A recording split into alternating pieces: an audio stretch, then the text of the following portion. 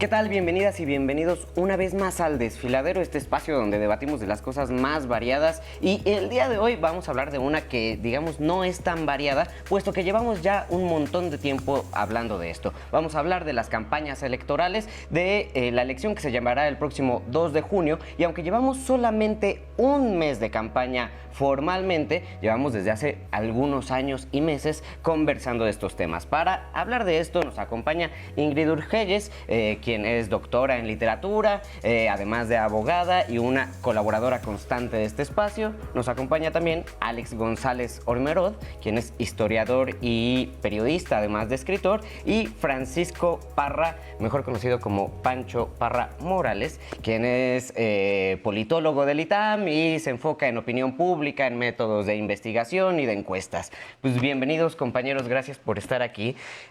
Justamente para hablar de esto que se ha hecho un tema constante en los últimos meses y que siempre habíamos estado diciendo, pues ya cuando lleguen las campañas esto va a cambiar, porque venimos hablando desde el año pasado, incluso antes, de quién iba ganando, de cómo estaban las encuestas, ¿no? Pero pues necesitábamos primero que se definieran candidates. Después necesitábamos que empezaran las campañas. Después que arrancaran las campañas de diputaciones. Entonces ahora no sé cuáles van a ser los pretextos para decir que esto está cambiando, ¿no? Entonces me gustaría como que tuviéramos una primera ronda de cuál es su personalísimo análisis de estas campañas, de este primer mes, qué es lo que más les ha parecido interesante o si algo ha cambiado el que estemos en campaña. Empiezo por acá con Pancho, de la izquierda, y nos vamos hacia acá. ¿Cómo se nota que soy el invitado y que los demás son los de casa? Por el momento todavía.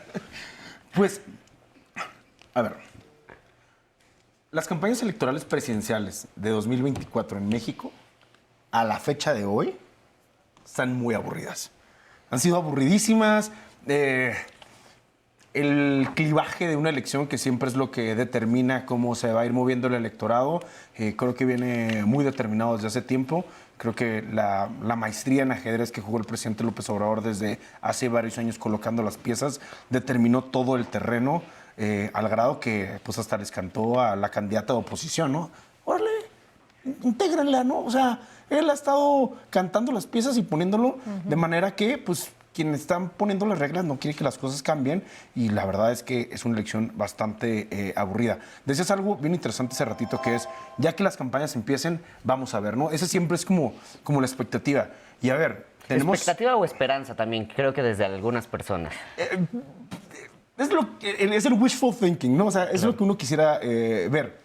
La experiencia que hemos visto en los últimos 10, 15 años, que hemos medido la opinión pública muy bien, vemos que las campañas sí importan en la medida en la que aumenta la cobertura mediática al respecto de quienes van a participar en el tema público. Y ojo, quienes van a participar.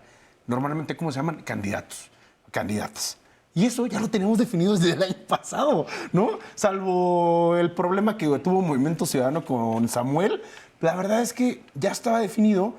Vemos los números que presentó esta semana el doctor Alejandro Moreno en Encuesta del Financiero, vemos los números de conocimiento, los positivos y negativos, y también tienen movimientos relativamente marginales cuando tú los ves desde el ámbito grande. ¿Por qué? Porque las candidaturas ya están definidas. ¿Y qué veíamos antes? Y cuando iban a definir el candidato del PRI, siempre había muchos movimientos hasta que ya se definía esa persona, entonces todos los sectores lo ayudaban, ¿no? ¿Qué pasa cuando teníamos lo del PAN? Bueno, en el caso de la izquierda, pues siempre sabíamos que iba a ser López Obrador, ¿no? Pero estos movimientos para definir candidaturas sí funcionan, ¿no? En el caso de la Ciudad de México, en los procesos locales que apenas van arrancando, pues la verdad es que hasta el cuarto para la hora varios candidatos municipales se registraron y apenas empiezan a poder tener que ver. En el caso nacional, que es donde nos vamos a concentrar, ya para no quitar tanto tiempo, pues esos ya los teníamos. Entonces, el conocimiento ya está. ¿De qué más nos vamos a enterar? ¿De propuestas? Sabemos que no nos vamos por propuestas.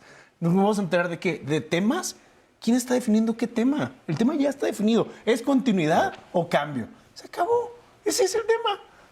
Bueno, la pregunta sería ¿cambio a qué también? Pero yo tenía una pregunta, porque estás diciendo que es aburrida, que es algo que decía el otro día Leo Zuckerman, y coincido contigo y con él. Ahora coincido yo con Leo Zuckerman. Wow. Sí, mira, que es un año interesante, ¿eh? Pero si esta es aburrida, ¿podríamos creer que la del 2018 fue más divertida? ¿Y por qué?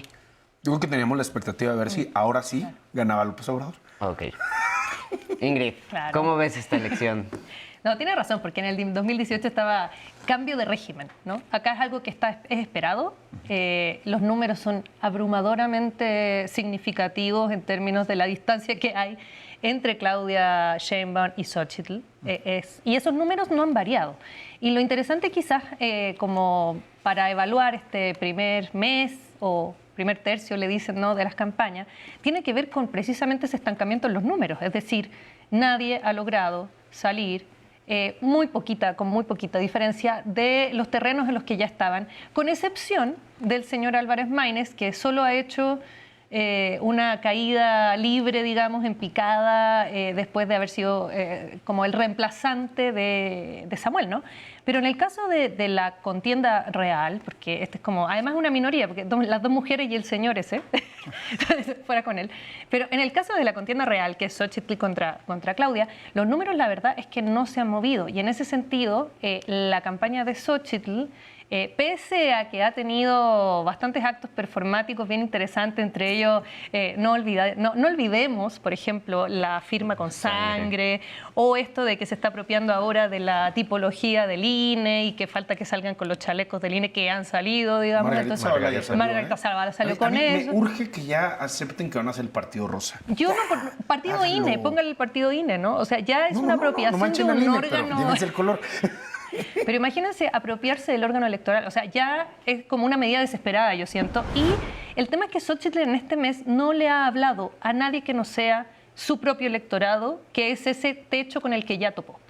Xochitl no ha querido avanzar hacia ningún otro, digamos, grupo social que no sea ese elector que tiene seguro, y por lo tanto se estancó. Y de ahí difícilmente va a salir, porque además ella parte este mes de campañas, el 1 de marzo, me recuerdo muy bien, porque ella parte como con un discurso Bukele securitario de voy a construir una mega cárcel.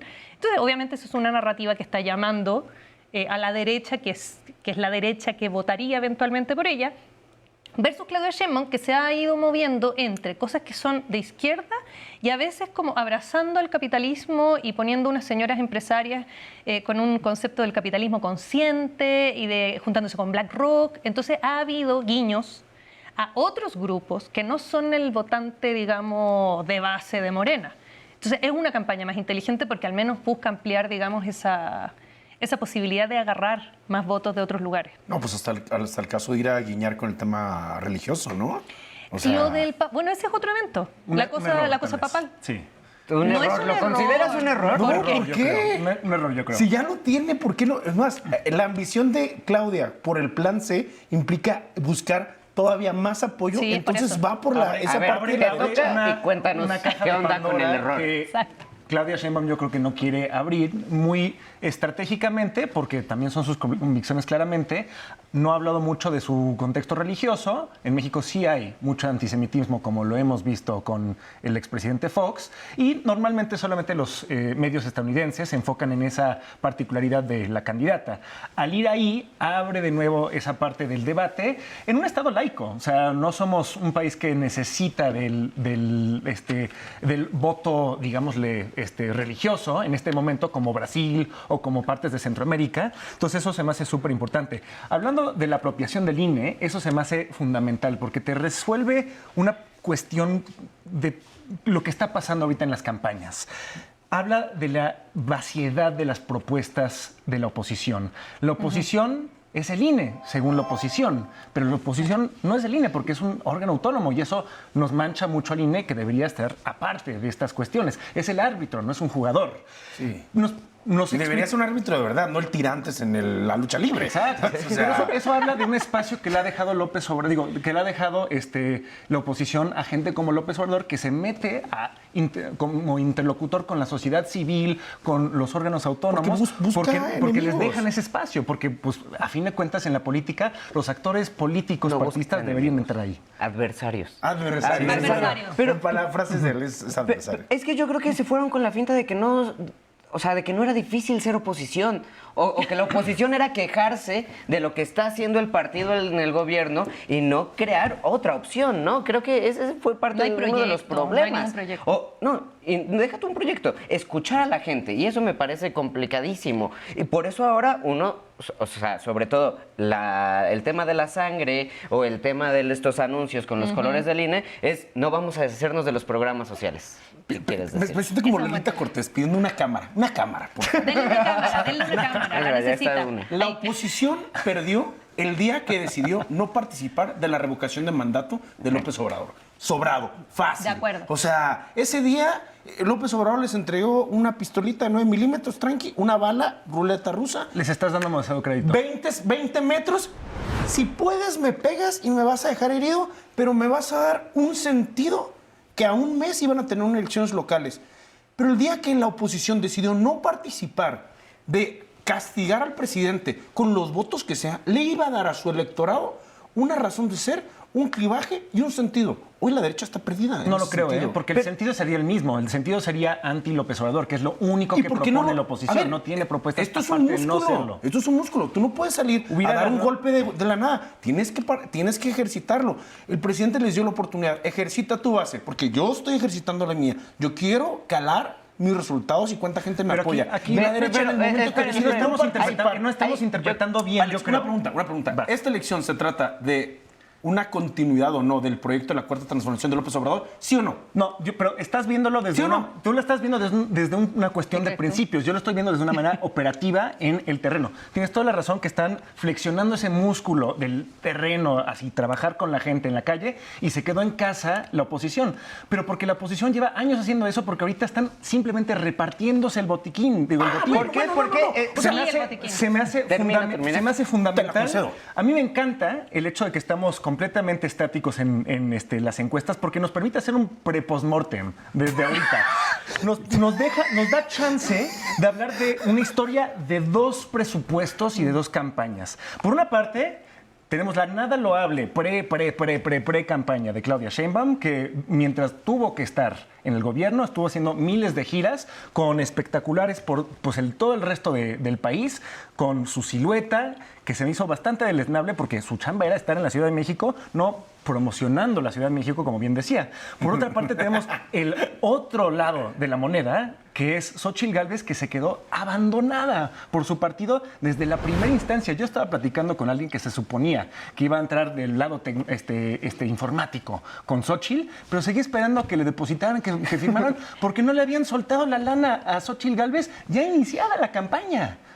O sea, estamos hablando de una posición que en realidad solamente está en un proceso de desconstrucción que sigue desde el 2018, y estamos viendo a esta desconstrucción de la oposición, donde los que quedan están agarrándose de lo que pueden, pues, del botín.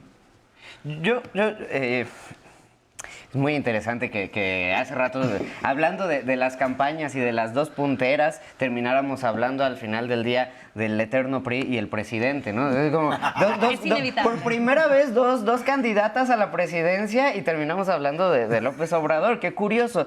Y en ese ámbito, ¿no? Es muy interesante cómo, digamos, esta idea de la continuidad nada más, y no sé si de una visión un tanto hacia adelante, como que nos está frenando demasiado esta época electoral y que terminará siendo, yo creo, un acomodo también de los partidos. Pero yo no sé si puede existir un acomodo de los partidos que sea meramente ideológica. ¿Cómo ves, Ingrid, a nuestros universos políticos ideológicamente hablando? Porque podríamos decir que la oposición es una cosa muy variada y que Morena es una cosa muy variada. Exacto. Y Movimiento Ciudadano no sabemos todavía qué es, pero a veces es muy de derecha y a veces es muy de izquierda. Entonces, yo creo que podría ser por allí, o nada más estoy teniendo altas expectativas de un futuro político en nuestro país. Yo creo que eso tiene que ver mucho con lo que estamos debatiendo aquí, en términos de esta oposición extraviada, perdida o repartiéndose el botín, porque se hacen los extravíos, pero ahí están cada uno agarrando su pedacito de poder. Y un movimiento que se le llama progresista, que se habla de un humanismo, pero que uno no puede definirlo como algo 100% de izquierda, así en estricto rigor, ¿no? con muchos guiños a ideas que son de derecha, con muchos guiños al mundo empresarial, sin una reforma tributaria, por ejemplo, en el futuro, que es algo que cualquier persona de izquierda haría. Y en ese sentido, ese dibujamiento ideológico que hay en México, que lo hemos visto, yo creo que es parte de la historia también del país, de esta cosa priista que se instaló acá y que el PRI era todo, porque es como, el PRI es una forma de hacer política, no es una ideología, es cómo se hace política. Y de hecho uno ve en distintos partidos políticos que todos hacen lo mismo. Cuando vemos, por ejemplo, las campañas, todos ponen el templete, cantan el himno, dicen las mismas cosas, sea Sheinbaum, sea Xochitl. Bueno, Maynes no hace nada porque no ha hecho meetings ni cosas políticas públicas, pero vemos como una performance que es una performance priista.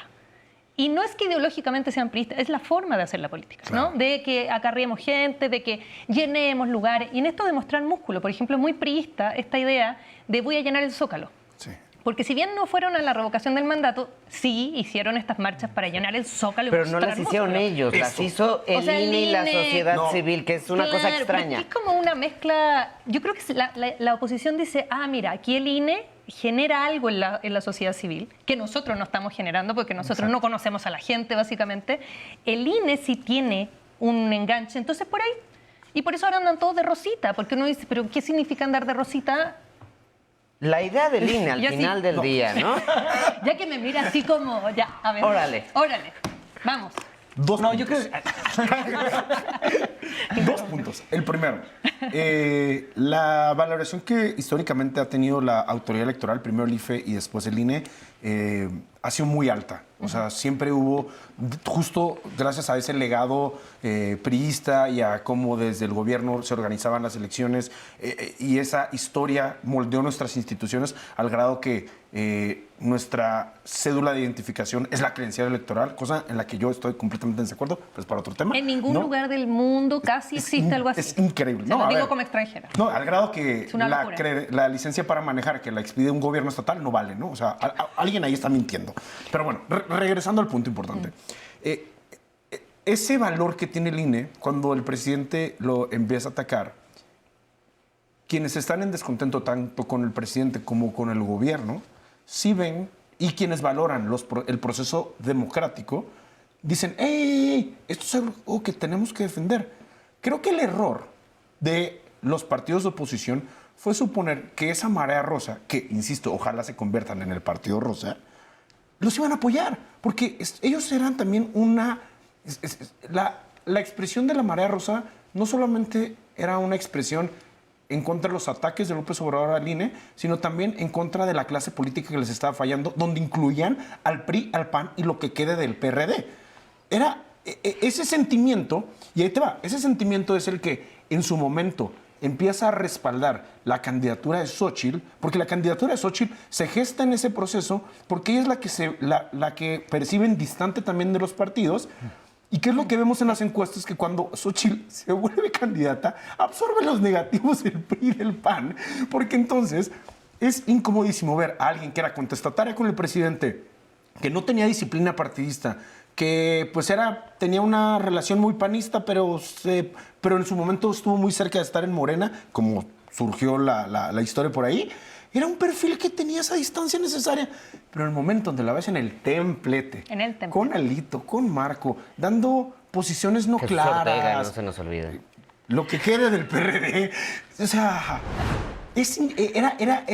ya no se sostiene esa parte. Y creo yo que una de las mayores lecciones que nos puede quedar de esta elección en el cambio que viene del sistema de partidos, como sea que venga, es la conformación de esa marea rosa, por un lado, que se pueda estructurar en algo, y por otro lado, yo sí creo que Movimiento Ciudadano, que diría un querido amigo, una página de Facebook que se salió de control, que es la verdad. Es la mejor definición de Movimiento Ciudadano. Lo voy a citar. Pero quiero decir algo, esa es la verdadera oposición. Pero quiero decir algo. La verdad es que sí se sale de control, pero se estructura en una posición que en una de esas puede terminar siendo un jugador pivotal en las cámaras y sí, a nivel, en esta nueva crisis del sistema de partidos que viene, Movimiento Ciudadano, que hoy en día, siendo una página de Facebook que se le dio control, el día de mañana puede ya terminar de estructurar una ideología política y crear un partido nacional, que hoy no lo son. Es que hoy no son un partido Pero Pero es nacional. que falta que ideología tengan política van a eso, armar, exactamente. o sea, Igual que con el Partido no Rosa, hay. porque No sabemos. tiene en el ideología. Partido Rosa,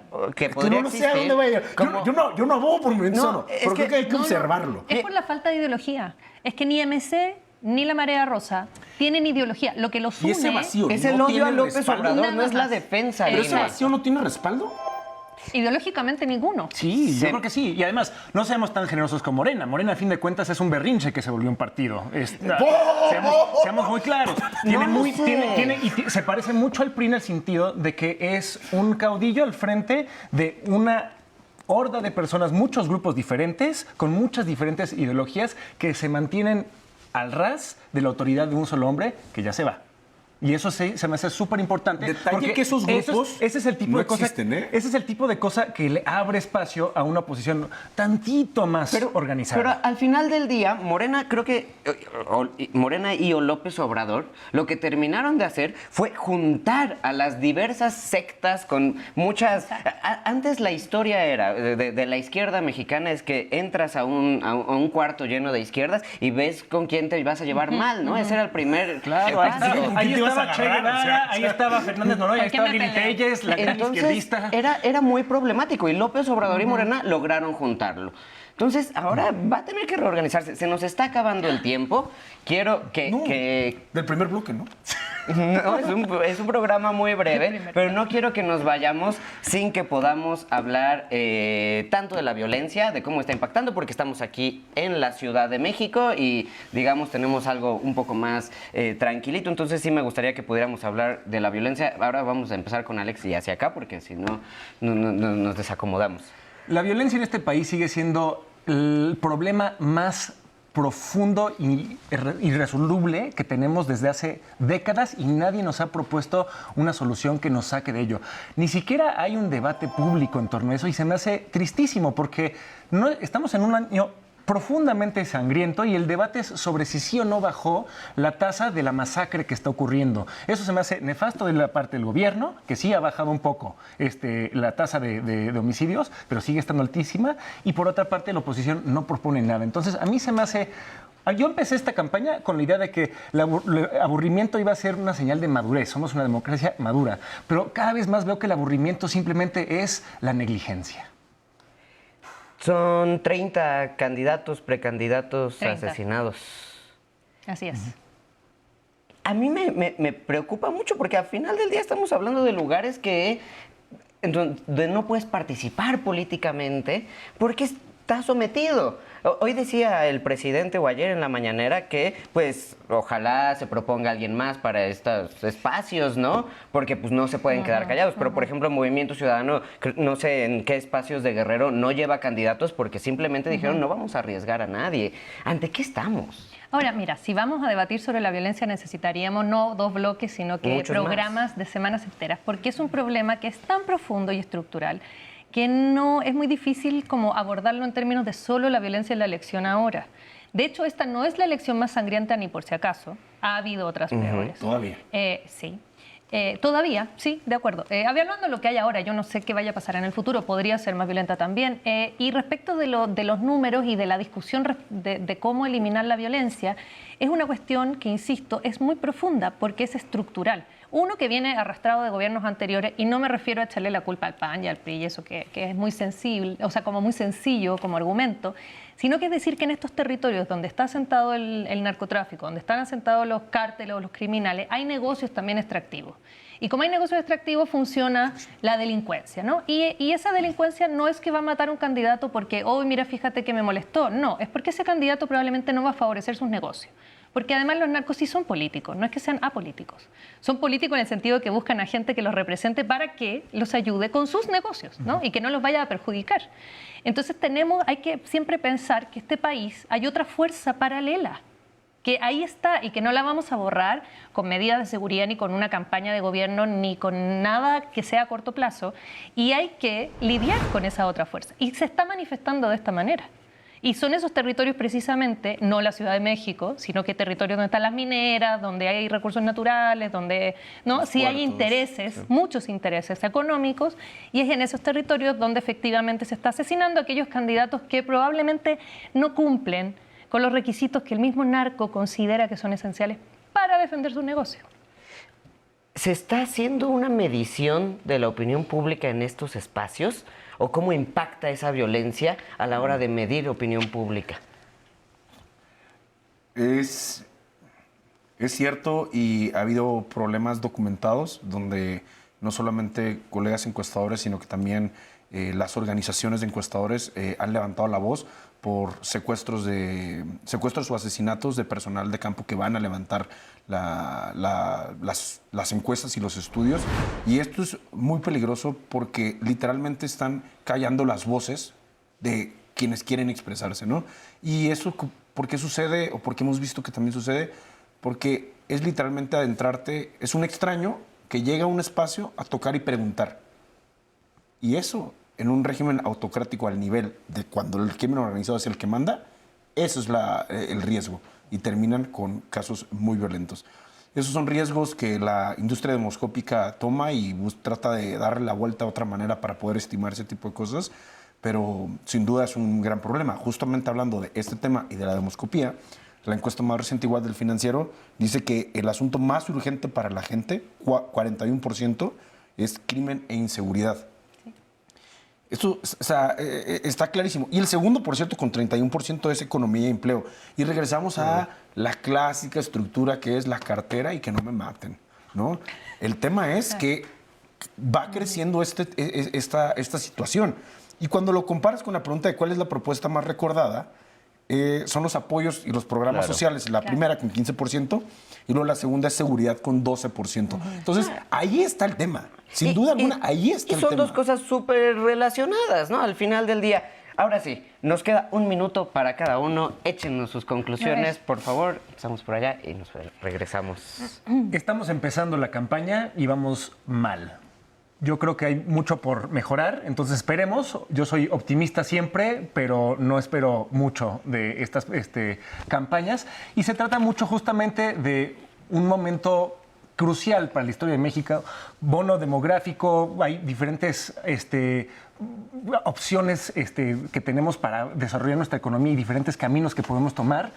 Esta va a ser una elección fundamental para el futuro de México, como lo son todas, pero esto ya no es de una persona, esto ya es de un modelo de Estado y estamos perdiendo esa oportunidad.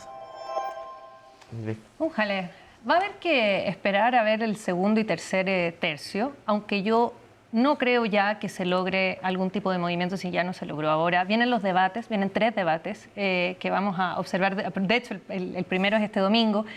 Sería bien curioso que el debate lograra mover en algo la aguja. Yo creo que en este caso Xóchitl le va a apostar mucho a su simpatía, no es que tiene una cosa así como divertida, pero Claudia claramente me parece alguien más preparado como para enfrentar un debate con más seriedad y con más datos, etcétera. Entonces yo creo que esto va a mantenerse igual, no nos vamos a entretener en estos tiempos de campañas, estamos aburridos y vamos a seguir aburridos. No sé si eso es algo malo, porque yo no quisiera entretenerme a costa de que saliera Xóchitl, ni mucho menos.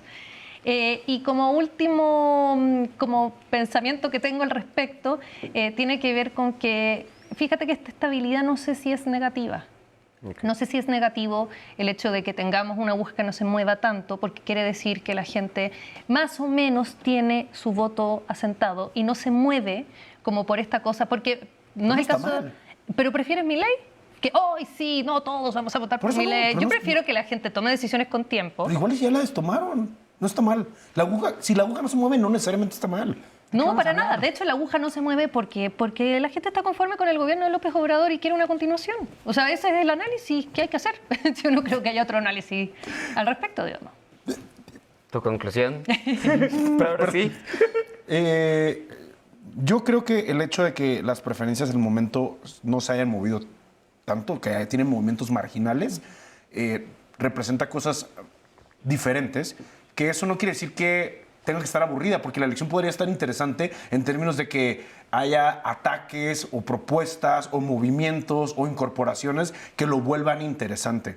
Yo creo que la posición del partido gobernante y del movimiento de la doctora Claudia Sheinbaum es tan claro que ellos ya lo que están buscando es el llamado Plan C. Ya lo que están hablando es el Plan C. Como en 2018, cuando hubo un punto donde López Obrador empezó a decir, ya lo que necesitamos es la defensa del voto. Una genialidad política y narrativa en decir, ya ganamos, solo que no nos roben el partido. No, o sea, vamos a cuidarnos. Acá Claudia Sheinbaum sabe que lo que le falta todavía es asegurar esa mayoría legislativa, donde es absurdamente ridículo que la oposición diga, no, quiere todo el poder. Sí, ¿quién no lo quiere? ¿Qué partido no quiere todo el poder? ¿Qué partido no lo quiere? Se vale que vayan, que lo peleen y que el electorado mexicano premie, castigue o diga si quiere un gobierno dividido o quiere un gobierno unificado. Vamos a ver qué va a suceder en los siguientes meses. Vamos a ver si las campañas locales tienen alguna atracción. Si todo esto a nivel federal se ha mantenido, hay que ver si a nivel local empieza a haber movimientos donde la gente diga, ¿sabes qué? Yo aquí me siento más cómodo con este personaje que con este otro. Y puede diferir o no del partido o el movimiento. Y veamos si el plan C y cómo están haciendo coaliciones y candidaturas comunes va a funcionar o no. Donde va juntos los partidos y donde van separados. Y veamos si le va a funcionar eso. Ya en los siguientes meses vamos a ver si esto se trata de la Cámara o no. Aunque parece que esto va terminando, según nos cuentan apenas empezó, nos quedan 2 meses, si no me equivoco, de campañas. Esperemos que gane la mejor. Esto fue El Desfiladero. Nos vemos la próxima semana. O el mejor, ¿no sabes? O el mejor. Todo se vale. No te rías tan feo.